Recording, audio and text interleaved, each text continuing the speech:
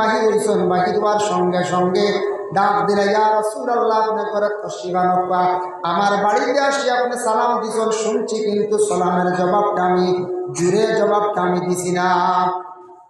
পাশে একজন সাহাবী ছিল, তার নাম হলো আব্দে কয়স। তাই বললাম, ও সাহাব, তুমি নবীজির সালামের জবাবটা আসতে ফেলে দাও, ই বেয়াদবি করো কি? বলে, আমি কোন কারণে দিছি আমি জানি, তুমি মাতিও না, আমি কিতাব লাগিয়ে দিছি আস্তে আস্তে। আল্লাহ রাসূল ঘরের মধ্যে তশরিফ আনছেন, আনার পরে সাদ ইবনে উবাদা এখন, ইয়া রাসূলুল্লাহ, আমি আপনার সালাম শুনছি কিন্তু আস্তে আস্তে সালামের জবাব দিছি, ও কারণে দিলাম। আপনি আমার বাড়ির মধ্যে দুইবার সালাম দিছেন, মনে করি আর দুইটা রহমত আমার বাড়ির মধ্যে নাজিল হয়েছে। আল্লাহর রাসূলের যদি আরেকবার আমার সালাম দিতা, আমার বাড়ির সালাম দিতে আরেকবার আমার বাড়ির মধ্যে রহমত নাজিল হইল অনেক। আইন রহমতর অপেক্ষা, যে নবীজি বাড়ি যত সালাম দিবা তত আমার বাড়ির রহমত বরকত আর নাজিল হইল।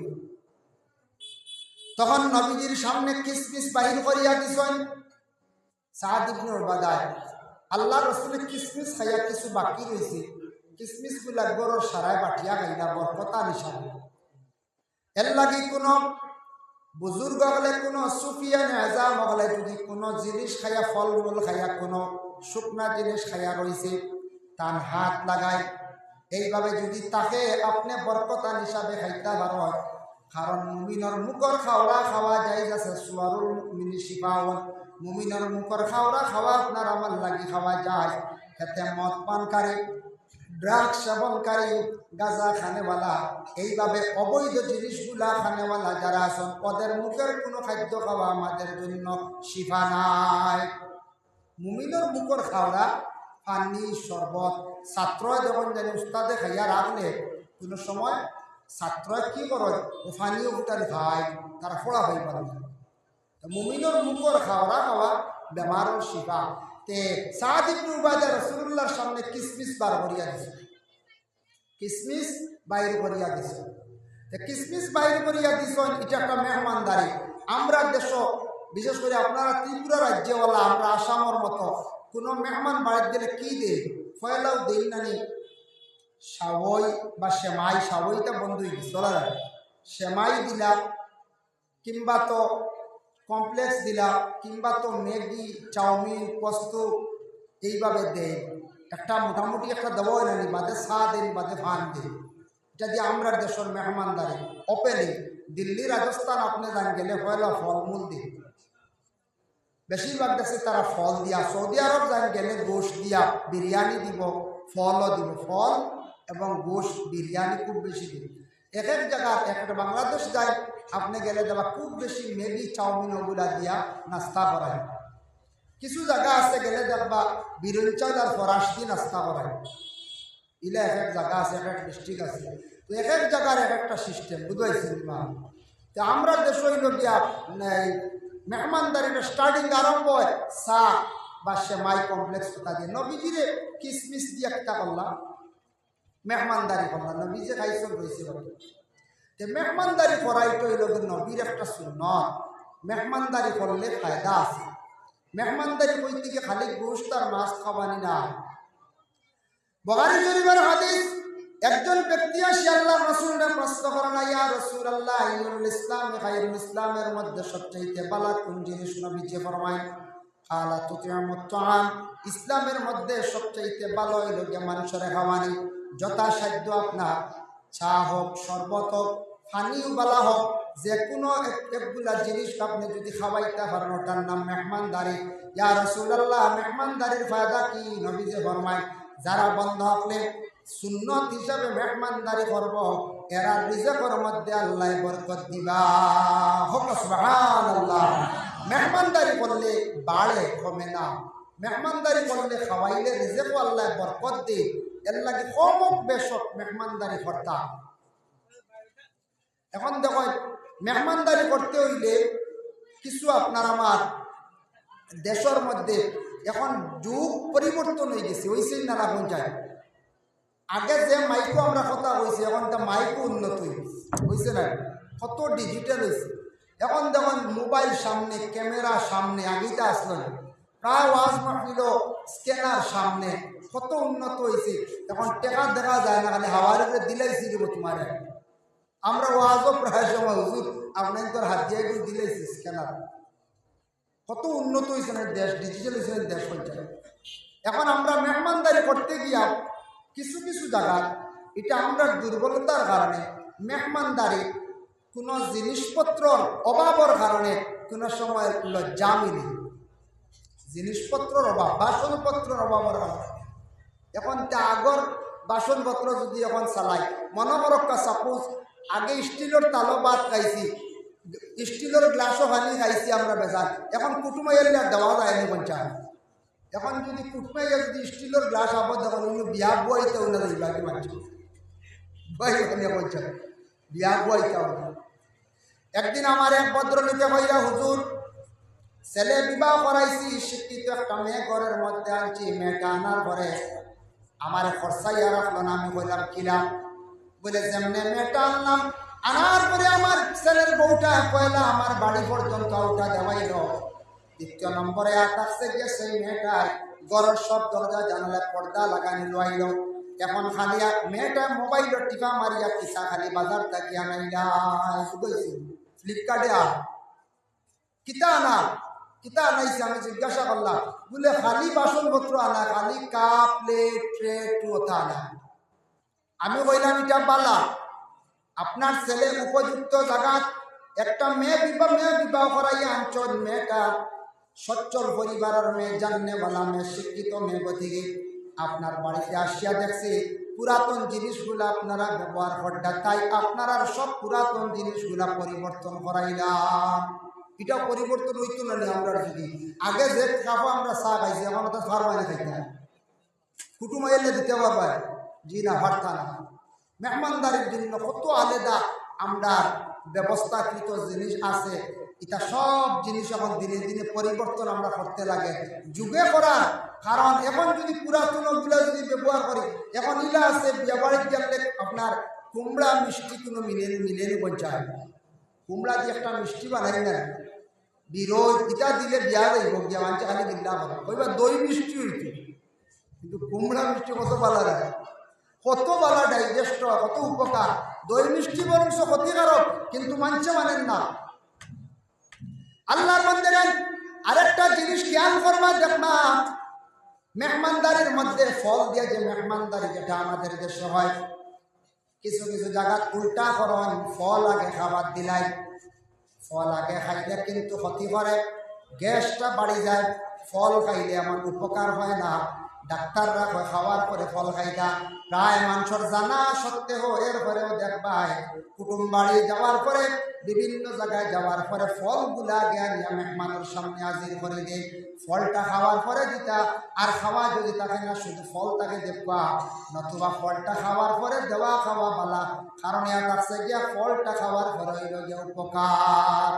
আমরা নবী কতটুক বিজ্ঞান, কত বড় সাইন্টিস্ট আজ থেকে ১,৫০০ বছর আগে নবীজি ঘোষণা দিয়া গেলা, বলে খাওয়ার পরে মিঠা দ্রব্য জিনিস খাওয়া হইল গিয়া সুন্নত। এটা এখন বড় বড় জ্ঞানী ব্যক্তি এখন এগুলা তারা রিচার্জ করিয়া পাইছে। মোহাম্মদে যে বার্তা যেটা দিয়া গেছে, মোহাম্মদে কইছেন খাওয়ার পরে মিঠা জিনিস খাওয়া সুন্নত। এখন ডাক্তার হলে দেখবা খাওয়ার পরে ডাইজেস্টর ফাইল দেখলাম, খাওয়ার পরে ডাইজেস্টর মিঠা পাইলে ও খাওয়ার পরে মিষ্টি খাওয়ায়, খাওয়ার পরে এরিস্ট্রোজেন খাওয়ায়, খাওয়ার পরে দেখবা আর কার্বোজেন খাওয়ায়। এটা খালি মিঠা খাওয়া সুন্নত। আর নবীজি এর কারণে কইছেন যে খাওয়ার পরে মিঠা খাই হজম হইবা, কিছু লাগতো না, ও মিঠার পরে আর কোনো ডাইজেস্টর ভাই লাগতো না যদি কুমড়া মিঠা খাইলে। কুমড়া মিঠা খাইবার হইতা না, কিন্তু নবীজি যে কাপ হইয়া গেছটা কত ১০০০ বছর আগে, এখন এরা এটা গবেষণা করে পাইছেন না, কোনো ডাক্তারে দিসলানি ডাইজেস্টর ভাই বলে খাওয়ার আগে খাইব, সব সময় খাওয়ার পরে। আমি একদিনের টাউন ও শহরে একজন ব্যক্তির প্রশ্ন করলাম, জানতে চাইলাম বাইরে বর্তমান টাউনের ছোট ছোট ছেলেরা মেয়েরা যেটা দেখলাম, ইটা বড় সুস্থ থাকুন, স্বাস্থ্য থাকুন, কারণটা কিটা এটাও জানার দরকার আছে না। টাউনের বাচ্চা কিন্তু তাজা থাকুন না, ফার্মর লাগা না পোলট্রির লাগা, তাজা। আর আমরা গ্রাম অঞ্চলে এটা খালি হালকা এক ধরনের কমজোরতা আমরার মধ্যে। তার কারণ হইল আমরা লিমিটেড খাদ্য খাওয়া নাই। ভাই মুসলমানের লাগি মেহমানদারির মাত্রা কি এত আলোচনা করলাম। মেহমানদারি করাইয়া থাকছে কেন নবীর সুন্নত। দয়া করিয়া যে কোনো প্রকারে হোক মেহমানদারি হইতে সময় খালি মিয়া সাবকলরে খাওয়ানি নাই, আলিম সাবকলরে, হাবিব সাবকলরে নাই, মাদ্রাসা ছাত্র নাই, প্রতিবেশী যে কোনো মানুষ হোক না কেন, যে কোনো মানুষের যথাসাধ্য অনুযায়ী আপনি যদি খাওয়াই, এটা মেহমানদারি সুন্নত। আল্লাহর রাসূলে ফরমায় মেহমানদারি করলে আল্লাহ রিজিক জমিনে বাড়াইয়া দেন, রিজিকের মধ্যে আল্লাহ বরকত ডালিয়া দিলায়। দেখবা পরীক্ষা করিয়া যে বাড়িতে মানুষ বেশি যাওয়া আসা করে, এই বাড়ির মানুষের নিশ্চয় মেহমানদারি করে, এর লাগি বাড়ির মানুষ যাওয়া আসা বেশি থাকে। আর যে বাড়ির মধ্যে মেহমানদারি কম থাকে, মানুষ গেলে চাও ভাই না, পানও ভাই না, খাইতে খুব দেরি হয়, এই বাড়ির মধ্যে মানুষ যাওয়া আসাটা একবারে কমে যায়। এর জন্য আল্লাহর বান্দাগণ এখানে জানিয়া রাখবা, যে বাড়ির মানুষ বেশি যাওয়া আসা আরম্ভ হয়ে গেছে, লক্ষণটা বালা, এই মানুষের রিজিক আল্লাহ জমিনে বাড়াইয়া দেওয়া আরম্ভ করে দেন। সুবহানাল্লাহ। মেহমানদারি করা নবীর সুন্নত। অতএব নবীজি সাল্লাল্লাহু আলাইহি ওয়াসাল্লামে ফরমায়, এটার তাকি আপনার আমার রুজির মধ্যে আল্লাহ বরকত দিব, অভাবে আল্লাহ দূর করব, মুর্দেগানকে আল্লাহ পাক রব্বুল আলামিন শামিল করব। ভাই মুসলমান, এর লাগি বিশেষ করিয়া সালাম দেখো। সালাম কবরস্থানের মধ্যে গিয়ে আমরা সালাম করি, আসসালামু আলাইকুম ইয়া আহলাল কবর। কবরবাসী আপনারা সালাম দিলাম, আসসালামু আলাইকুম ইয়া আব্বুন ইয়া উম্মুন, কইয়া বাপরে মারে ডাক দিছন দেই, কোনো বাধা নাই। কিন্তু আমরা নমাজের হালত সালাম দেই, আত্তাহিয়াতু তাশাহুদ পড়ি। নমাজের মধ্যে সালাম না দিলে ওয়াজিব তরক হয়ে যাইব, নমাজ হইতো নাই। কিন্তু নমাজকে সালাম দিলে নমাজ ফাঁসিদ হয়ে যায়, অন্যর সালামর জবাব দিলে নমাজ ফাঁসিদ হয়ে যায়। এক সালামে কিন্তু নমাজ যায় না। নমাজ পড়িতা 4 রাকাত, বলে আপনি 2 রাকাত পড়িয়া আপনি সালামতু পর্যন্ত পড়িয়া আপনি সালাম ফিরাই লাইরা, ডাইনে দিয়ে সালাম ফিরাই দিছেন। আস্তা মনে হয়েছে আপনার আবর হয়েছে 2 রাকাত কিংবা তো 1 রাকাত, আপনি খাড়া হয়ে যেতেন। এক সালামে নামাজ যায় না, খাড়া হয়ে যেতে, খাড়া হইয়া আপনি বাকি 2 রাকাত আদায় করিয়া তারপরে আপনি সজদা সহ লাগি যায়। সজদা সহ লাগি যাবেন, আত্তাহিয়াতু পড়িয়া যখন আপনি উঠি যাইবা, আর সজদা সহ লাগেন না, আর আত্তাহিয়াতুর পরে আপনি উঠি যাইতা, উঠছেন না, সাল্লি আলা আরম্ভ করে দিছেন দুরূদ, আল্লাহুম্মা সাল্লি আলা মুহাম্মদ, আবু আপনার সজদা সহ লাগেন না, আল্লাহুম্মা সাল্লি আলা মুহাম্মাদিন ওয়া আলা আলি মুহাম্মদ। যখন এইভাবে জুমলা বানাই যাইবা, জুমলা বলি যাইব, আপনার উপরে সজদা সহ ওয়াজিব হয়ে গেছে গিয়া। ইলা ওই রান কোনো সব ভুল হইতে আমরা নেশা হলো হয় 2 রাকাত আবু পড়িতাম আখতা ব্যতিক্রমে, আল্লাহুম্মা সাল্লি আলা মুহাম্মাদ ওয়া আলা আলি মুহাম্মদ কামা সাল্লাইতা গিয়া আছে, সাল্লি আলা কোনো সময় আখতা ব্যতিক্রমে যায় মনে হইলে যে আল্লাহ আমার তো 1 রাকাত রইছে, তখন উঠিয়া হর রাকাত 2 রাকাতকে 1 রাকাত পুরাইয়া সিজদা সহ দিয়ে আপনি নামাজ কামিল করতাম, সিজদা সহ দিয়ে নামাজ পুরা করতাম। যার জন্য আল্লাহর বান্দাগণ বিশেষ করিয়া দেখো রাসূলুল্লাহ সাল্লাল্লাহু আলাইহি ওয়াসাল্লামের মায়ের উম্মত হল। আমি 2 নম্বরে একটা আয়াতে করিমা তিলাওয়াত করলাম, ইয়াউমা ইউনফাখু ফিস-সূরি ফাতাতুনা আফওয়াজা। আল্লাহ কইত্রা হযরত ইসরাফিলের সিংহার মধ্যে ফুঁক দিবা, মানুষ কিয়ামতের দিন আল্লাহর কাছে হাজির হইবা, ঠিক আছে, হাজির হইবার আগে কিন্তু এই দুনিয়ার বুকে, এই দুনিয়ার জমিনও এমন আলৌকিক জিনিসগুলা প্রকাশ হইব, যার দ্বারা কিয়ামত একবারে অন্তিম হয়ে যাইব, করিব হয়ে যাব, এটা মানুষে উপলব্ধি করতে পারবে। সাহাবায়ে কেরাম বলেন, ইয়া রাসূলুল্লাহ, ইয়া হাবিবাল্লাহ, কিয়ামতের আগে আলামত কিতা কিতা?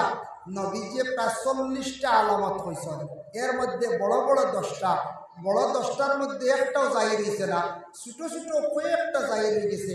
তবে নবীজি প্রথমে কইলা আলামতে কিয়ামত, অতএব কিয়ামতের আগে এইগুলা জিনিসে দেখা দিব। 1 নম্বরে একটা কইলা, ইয়াকুলু ইন্না মিন আশরাতিস সাআতি আন ইয়ারফাআল ইলম, জমিনের মধ্যে ইলম আস্তে আস্তে উঠি যাইব গিয়া, জমিনটা কি ইলম আস্তে আস্তে উঠি যাবে। ইয়া রাসূলুল্লাহ, ইলম কেমনে উঠিব, কিভাবে ইলম উঠিব? আপনি একটু আমরা বাঙ্গিয়া হোক ইয়া রাসূলুল্লাহ, আমরা জানতে চাই। ইলম কইতে সময় দুনিয়ার কোনো জ্ঞান নাই, দুনিয়াদারি জানার যে জ্ঞান যেটা এটা নাই। কিতাবর ইলম, কুরআনুর ইলম, হাদিসের ইলম, হাদিস সম্পর্কে যেটা জানা, কোরআন সম্পর্কে যেটা জানা, ইসলামিক ল মতে যেটা জানা, এটাই জানার নাম তার জাননেওয়ালা ব্যক্তির নাম হইল গিয়া আলিম। আলিম শব্দের অর্থ হইল জাননেওয়ালা। এখন ওই যে জানা যেটা, ইলম যেটা, ওটা জমিন থাকি আস্তে আস্তে উঠে যাইব গিয়া। ইয়াকুলু ইন্না মিন আশরাতিস সাআতি আন ইয়ারফাল ইলমু, ওয়া আমার সাহাবী বল জমিন থাকি ইলম উঠে যাইব। সেই হাদিসের সরার মধ্যে লেখছে মানুষে ইলমরে জমিনের মধ্যে প্রাধান্য দিত নাই। ইলমরে মানুষে তুচ্ছ মনে করব, ইলমরে মানুষে অবহেলা করব, ইলমরে মানুষে গুরুত্ব দিত নাই। আজকে যেমন আপনাদের জালাইবাড়ি অঞ্চলে কত ছাত্র আছেন, মানে স্কুলের সকালবেলা দেখবা 100-150 ছেলেরা স্কুলের মধ্যে যাইতে আসেন, কিন্তু আপনাদের গ্রাম থেকে কয়েকজন ছেলে সন্তান মাদ্রাসার মধ্যে যায় বলে জি না, অসংখ্য ছাত্র আছেন সারা নেয়। আপনাদের এই মাদ্রাসায় যারা বোর্ডিংয়ে আছে বাইরা ছাত্র, অসংখ্য ছাত্র হলাস হয়। আর বিশেষ করিয়া গ্রামের মধ্যে খুব কম সবে দিছেন না মানুষের দিন ইসলামের ইলম যেটা তাজা রাখতা, দিন ইসলামকে জিন্দা রাখতা, এটা ব্যাপারে মানুষের গুরুত্ব দিত নাই। মানুষ লালসের মধ্যে, দুনিয়ার লোভের মধ্যে পড়িয়া ইলমরে মানুষে পিছে রাখি দিব। তাই ইলম আস্তে আস্তে দুনিয়ার জমিন থেকে বিদায় লই লাইব। ইলম বিদায় হয়ে দিব, ইলম দিনে দিনে কমে যাইব, ইলমের সংখ্যা দিনে দিনে কমে, আগের তুলনায় কমে। আগে আগে কত মানে বিশেষ করিয়া যেমন ইলম অর্জন করছেন, বই কিতাব আদি সব কিছু পড়েছেন, অতএব লেখিয়া পর্যন্ত গেছেন। এখনকার সময়ের মধ্যে আমরা আর পড়ার আদরটা বাবা কমে গেছে গিয়া। আমরা বইও পড়ি না, আমরা ম্যাগাজিনও পড়ি না, নবীজির জীবনীও পড়ি না, কোরআন শরীফও পড়ি না, হইবা জি না পড়ে, পার্সেন্টেজ হিসাবে কম পড়ি। আর যে হারে আমরা পড়িতাম আসলাম, এই হারে পড়ি না। শত শত বাইয়ান আছে, যুবক বাইয়ান খেয়াল করবা, মোবাইল চালাইতরা কিন্তু নিজে নিজে বিবেচনা করিয়া দেখ আপনার জীবনে বাংলা পড়া তো জানেন কয়টা, আপনি বাংলা বইগুলা নিয়ে জীবনী পড়েছেন। নিজে নিজে আপনি বিবেচনা করেন। বড় বড় পণ্ডিতরা, বড় বড় জ্ঞানী হলে বই লেখছেন, এটা আপনি কয়টা পড়েছেন, কয়টা নবীজির জীবনী পড়েছেন, কয়জন সাহাবীর জীবনী পড়েছেন? আমরা পড়ি না। আমরা পড়ার মধ্যে দুর্বলতা, গতিকে আমাদের জানার অভাব।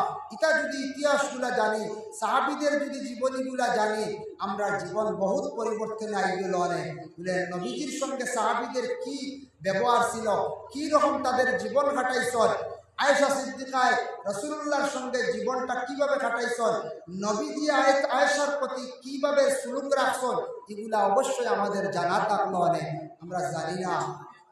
আগে আগে এখন পণ্ডিত হলে, জ্ঞানী হলে বড় বড় তওরাত পড়িছেন, জবুর পড়িছেন, ইঞ্জিল পড়িছেন, যারা কিন্তু তাদের নবীর উপর এক কিতাব আসলো, কিন্তু অন্যান্য কিতাব সংগ্রহ করিয়া তারা পড়িছে। যেমন একটা উদাহরণ দিয়া, একজন ব্যক্তি আসলা, সেই ব্যক্তির নাম হলো হবিরা পণ্ডিত। এই ব্যক্তি অত জ্ঞানী আসলা, তাওরাত, জবুর, ইঞ্জিল 3টা কিতাব পড়িছেন। পড়ার মধ্যে পাইছেন যে সর্বশেষে একজন নবী আসবা, যে নবীর নাম হবে মুহাম্মদ। সুবহানাল্লাহ।